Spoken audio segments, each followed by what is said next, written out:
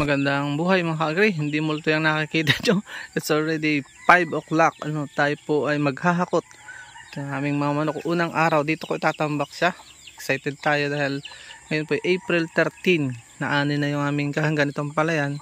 Pakita nyo, puputok pa lang ang araw. At dito ko nga po itatambak. Dito na yan sa kung saan posibleng dito kami magtayo ng bahay.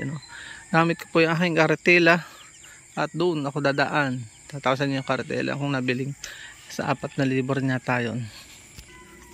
So ayan po ang aking karetela. Yan, umulang kagabi. At ako yung magtatrak-trakan ngayon. Tara. Hop, yan. Yan. Ito yung aming pathway, oh. Oh, ha? Oh, ha? Parang tatrak-trakan lang po yan. Oo, yun, layo. Almost double po yung aming gastos sa ano dito, materialis. Kaya ano ito talaga, historical lang aming pagtatayo ng bahay by faith. Naka ng budget, baka abutin ng milyon ng ano, pero hindi naman natin bibiglayin yan. Una, wala naman tayong pambiling ganon. Ayan na. So ayan na. Ang haba ng aming bagtasin. So ayan na. O, ito po ay yung sementadong daan na yan na pathway na nakikita nyo ay maraming history din po yan. Kinuha ko pa yan sa ilog, tricycle.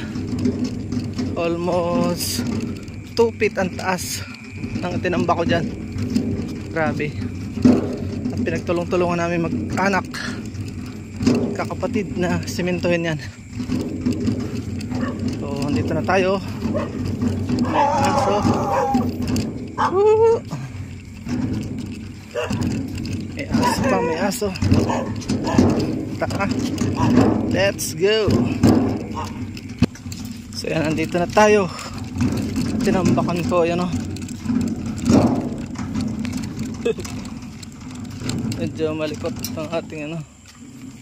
Yan. Dito na po tayo. So yan siya, binakuran ko dahil tabing school kami. At kailangan maaga dahil nga parang pa rin akong gagawin. So dudukangin ko na lang. Siguro utay-utay. Yan o. Yung abot ng aking kamay. Bibilisan ko na lahat, baka kayo mainip.